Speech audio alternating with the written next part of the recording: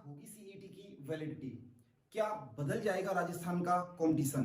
CET के आने से कितना चेंज हो जाएगा राजस्थान के कंपटीशन में? क्या पड़ने वाला है राजस्थान के कंपटीशन पर सीईटी का इम्पैक्ट? कितनी ऐसी वैकेंसीज हैं जो सीईटी से होंगी इम्पैक्ट? इन्हीं सारे सवालों के जवाबों के साथ में माय डियर स्टूडेंट्स, मैं आपका गुरु दिनेश कुंतल एक बार फिर से अपनी इस प्यारी सी यूट्यूब फैमिली पे आप सभी का दिल से वेलकम करता हूं। डियर सीईटी, आज का सबसे कॉमन क्वेश्चन और हजारों स्टूडेंट्स के डाउट कि सर कितना बदल जाएगा राजस्थान का कंपटीशन, क्या फर्क पड़ने वाला है इस सीईटी से राजस्थान के कंपटीशन पे? ये एक कॉमन क्वेश्चन है जो हजारों स्टूडेंट्स के माइंड में चल रहा है आज। तो इन्हीं सारे सवालों के जवाबों के साथ में मैं शुरू करता हूं अपनी आज की क्लास। मैंने कहा अगर मैं बात करूं व्हाट इज सीईटी, सीईटी क्या है, तो आज का ये जीके का सबसे बड़ा क्वेश्चन है डियर स्टूडेंट्स की सीईटी क्या है। अगर मैं बात करता हूं सीईटी की फुल फॉर्म की, तो इसकी फुल फॉर्म होती है कॉमन एलिजिबिलिटी टेस्ट। सीईटी की जो फुल फॉर्म है वो होती है कॉमन एलिजिबिलिटी टेस्ट, सामान्य पात्रता परीक्षा। राजस्थान के अंदर सीईटी के पेपर के दो स्टैंडर्ड होने वाले हैं। एक स्टैंडर्ड होगा 12th स्टैंडर्ड और दूसरा इसका जो स्टैंडर्ड होने वाला है वो होने वाला है ग्रेजुएशन का स्टैंडर्ड। अगर मैं बात करता हूं तो इन्हीं दोनों स्टैंडर्ड के आधार पर आपके सीईटी का एग्जाम होने वाला है। दूसरा, क्या होगी सीईटी की वैलिडिटी? सीईटी की वैलिडिटी कितनी होने वाली है? तो डियर, इस सीईटी की जो वैलिडिटी होगी वो होगी 3 इयर्स की। इसकी जो वैलिडिटी होगी वो होगी 3 इयर्स की।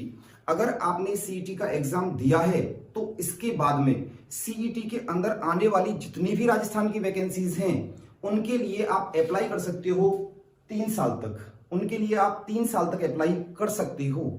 अगर मैं बात करूं तो क्या सर आपके माइंड में अब ये क्वेश्चन आएगा कि क्या 3 साल तक हम एक बार ही सीईटी का एग्जाम दे सकते हैं? तो डियर, ऐसा बिल्कुल भी नहीं है। आप चाहो तो राजस्थान गवर्नमेंट हर साल सीईटी का एग्जाम लेगी और अगर आप चाहो तो हर साल ये सीईटी का एग्जाम दे सकते हो। लेकिन इससे फायदा क्या होगा वो समझने की कोशिश करते हैं। इससे होने वाला जो फायदा है वो ये होगा माय डियर कि अगर आपने सीईटी का एग्जाम दिया है पहली बार में और सपोज दैट कि आपने सीईटी के एग्जाम में 60% मार्क्स गेन किए, आपने पहली बार में 60% मार्क्स गेन किए पहली बार एग्जाम देके, और आपने जब दूसरी बार सीईटी का एग्जाम दिया तो आपको 70% मार्क्स गेन हुए। आपने जब पहली बार सीईटी का एग्जाम दिया तो आपने 60% मार्क्स गेन किए, दूसरी बार जब आपने सीईटी का एग्जाम दिया तो आपने 70% मार्क्स गेन किए। अब आने वाली जो वैकेंसीज हैं, जो सीईटी के अंदर जितनी भी राजस्थान की वैकेंसीज आने वाली हैं, जब आप इनके लिए अप्लाई करोगे तो आपको सीईटी का जो बेनिफिट है वो 70% के अकॉर्डिंग मिलेगा, ना कि 60% के अकॉर्डिंग। तो आप चाहो तो अपने मार्क्स इंप्रूव करने के लिए हर साल सीईटी का एग्जाम दे सकते हो, और अगर आपने केवल पहली बार में ही अच्छे मार्क्स गेन कर लिए हैं तो आपको बार बार सीईटी का एग्जाम देने की कोई जरूरत नहीं है। एक बार एग्जाम देने के बाद में ये 3 साल तक वैलिड रहेगी, आप 3 साल तक वैकेंसीज देख सकते हो। दूसरा, हमारा अगला सवाल आता है कि सीईटी से सर राजस्थान की गवर्नमेंट, राजस्थान का जो कंपटीशन है इस पे क्या इंपैक्ट पड़ेगा? सीईटी जो राजस्थान में आया है इससे राजस्थान के अंदर होने वाले कंपटीशन पे क्या इंपैक्ट पड़ेगा? तो डियर, इसके बहुत सारे ऐसे इंपैक्ट हैं जो बेनिफिशियल हैं। इसके अगर बेनिफिशियल इंपैक्ट की मैं बात करता हूं तो इसका सबसे पहला इंपैक्ट क्या है? इसका सबसे पहला इंपैक्ट ये है कि हम लोग हर बार जैसे ही कोई वैकेंसी आती है तो उसके लिए हर बार फॉर्म अप्लाई करते हैं, जिसके लिए हमें जो भी फीस होती है वो सबमिट करानी होती है। हर बार हम फॉर्म में पैसा खर्च करते हैं। जैसे ही वैकेंसी आएगी उसके फॉर्म फिलअप होंगे और हम उसके लिए अप्लाई करेंगे तो हमें पैसा देना पड़ेगा। लेकिन अगर आपने सीईटी किया हुआ है तो आपको बार बार फॉर्म में पैसा भरने की जरूरत नहीं है, आपको फॉर्म के लिए बार बार पैसा खर्च करने की जरूरत नहीं है। इस सीईटी के अंदर राजस्थान के कंपटीशन के जितने भी एग्जाम्स आते हैं, आप एक बार सीईटी करने के बाद में फ्री ऑफ कॉस्ट उन सारे एग्जाम के लिए अप्लाई कर सकते हो। आपको इसके लिए बार बार पैसा खर्च करने की जरूरत नहीं है। सिर्फ एक बार सीईटी करने के बाद में आपको किसी भी एग्जाम के लिए दोबारा से फीस भरने की जरूरत नहीं होगी। पहला इंपैक्ट। दूसरा जो इसका इंपैक्ट आता है डियर वो ये आता है कि अब आप लगातार देख पा रहे हो कि लगातार जिस तरीके से कंपटीशन बढ़ता हुआ जा रहा है उसमें स्टूडेंट की जो गैदरिंग है वो बहुत ज्यादा होने लग गई है। बहुत ज्यादा स्टूडेंट्स अप्लाई करते हैं फॉर्म को। सपोज दैट राजस्थान में पटवार की वैकेंसी आएगी तो लगभग 12 लाख फॉर्म पहुंच गए। राजस्थान पुलिस की वैकेंसी आई 25 लाख फॉर्म पहुंच गए। इस तरीके से फॉर्म अप्लाई होते हैं। अब होता क्या है, इसमें हर तरीके का स्टूडेंट जो होता है वो फॉर्म के लिए अप्लाई कर देता है। लेकिन इस सीईटी से क्या फर्क पड़ेगा? इस सीईटी से ये फर्क पड़ेगा डियर कि अगर आपके 60% मार्क्स हैं सीईटी के अंदर, आपने सीईटी के अंदर कितने परसेंट मार्क्स गेन किए हैं? 60%। और जैसे ही राजस्थान पुलिस की या मैं कहूं पटवारी की या मैं कहूं वन रक्षक की जिसकी भी वैकेंसी आएगी, जैसे ही वैकेंसी आएगी तो वो रिक्वायरमेंट डाल देंगे कि जिस स्टूडेंट ने 70% मार्क्स गेन किए हैं सीईटी के अंदर, केवल वही स्टूडेंट पटवार के फॉर्म फिलअप कर सकता है, केवल वही स्टूडेंट वन रक्षक के फॉर्म फिलअप कर सकता है। इससे क्या होगा, इससे ये होगा कि जिन्होंने 70% से मार्क्स कम गेन किए थे, जिन्होंने 60% गेन किए थे, जिन्होंने 65% मार्क्स गेन किए थे, वो इस पटवार के लिए फॉर्म अप्लाई नहीं कर सकते हैं। केवल इससे 70% से एबव मार्क्स गेन करने वाले स्टूडेंट ही पटवार के लिए अप्लाई कर पाएंगे। ये इसका सबसे बड़ा इंपैक्ट होगा। इससे स्टूडेंट की जो क्राउड है वो कंपटीशन के अंदर कम हो जाएगी। इससे स्टूडेंट के अंदर जो डियर स्टूडेंट्स की जो क्राउड होगी कंपटीशन के अंदर वो कैसी हो जाएगी, कम। ये इसका दूसरा इंपैक्ट है। इसका तीसरा इंपैक्ट क्या होने वाला है, इसका तीसरा इंपैक्ट डियर, अब आपके मन में एक सवाल आ रहा होगा कि ये जितनी भी वैकेंसीज रनिंग में चल रही हैं क्या इनके ऊपर भी सीईटी अप्लाई होगा?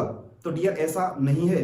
अभी जो रनिंग में वैकेंसी चल रही है उनका सीईटी से कोई लेना देना नहीं है। इनका कोई इंपैक्ट सीईटी का कोई भी इंपैक्ट इन वैकेंसीज के ऊपर नहीं पड़ने वाला है।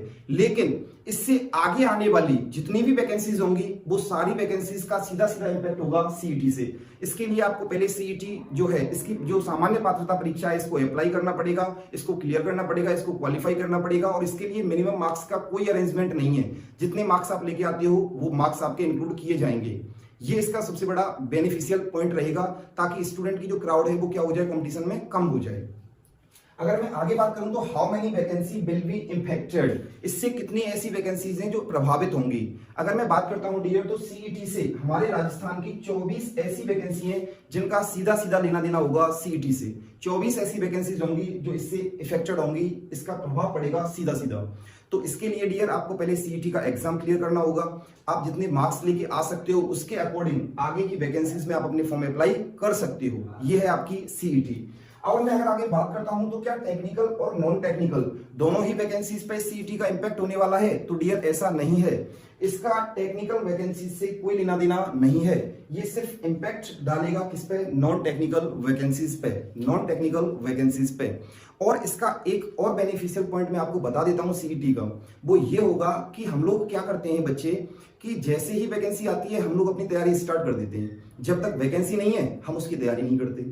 लेकिन हम जानते हैं इस बात को कि सिलेक्शन तब तक नहीं हो सकता जब तक हमारे पास रेगुलरिटी नहीं होगी, जब तक हम उस चीज के लिए डेडिकेट नहीं होंगे और हम अपनी स्टडी को रेगुलर नहीं रख पाते। लेकिन सीईटी के आने से आप अपनी स्टडी को रेगुलर रख पाओगे, क्योंकि आपको पता है कि हर साल सीईटी का एग्जाम होगा। इसके लिए आप अपनी पढ़ाई को कंटिन्यू कर पाओगे और वो रेगुलर स्टडी आपकी बनी रहेगी। ये इसका सबसे बड़ा बेनिफिशियल पॉइंट है।